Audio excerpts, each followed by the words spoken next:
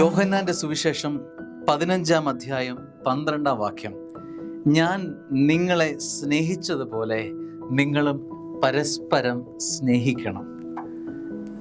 ഈശോ പറയുകയാണ്, നിങ്ങൾ സ്നേഹിക്കേണ്ട രീതി അത് ഞാൻ നിങ്ങളെ സ്നേഹിച്ചതുപോലെ ആയിരിക്കണം. അതിൻ്റെ അർത്ഥം, ഞാൻ എങ്ങനെ നിങ്ങളെ സ്നേഹിച്ചത്?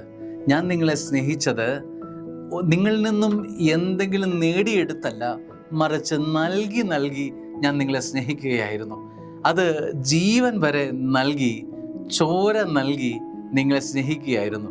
എൻ്റെ മരണത്തിൻ്റെ റിസ്ക്, എൻ്റെ ജീവൻ നശിച്ചോട്ടെ, ഞാൻ ഇല്ലാതായിക്കൊള്ളട്ടെ, എന്നാലും അങ്ങനെ നിങ്ങളെ ഞാൻ സ്നേഹിച്ചു.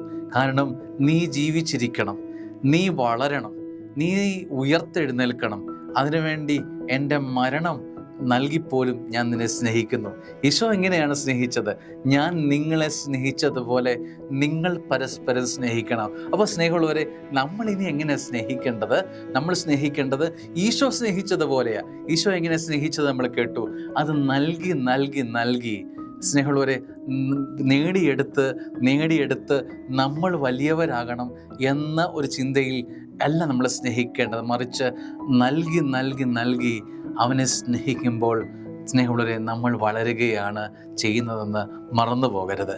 അപ്പോൾ നമ്മൾ സ്നേഹിക്കേണ്ടത് നൽകി അമ്മ സ്നേഹിക്കുന്ന പോലെ.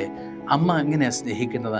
അമ്മ നൽകി പാല് നൽകി, രക്തം ഊറ്റിയെടുക്കുന്നത് പോലെ, അമ്മയുടെ ജീവൻ നൽകിയെടുക്കുന്നത് പോലെ നമുക്കും മറ്റുള്ളവരെ നൽകി സ്നേഹിച്ചു തുടങ്ങാം.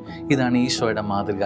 ഞാൻ നിങ്ങളെ സ്നേഹിച്ചതുപോലെ നിങ്ങളും പരസ്പരം സ്നേഹിക്കണം. ദൈവം അനുഗ്രഹിക്കട്ടെ. ആമേൻ.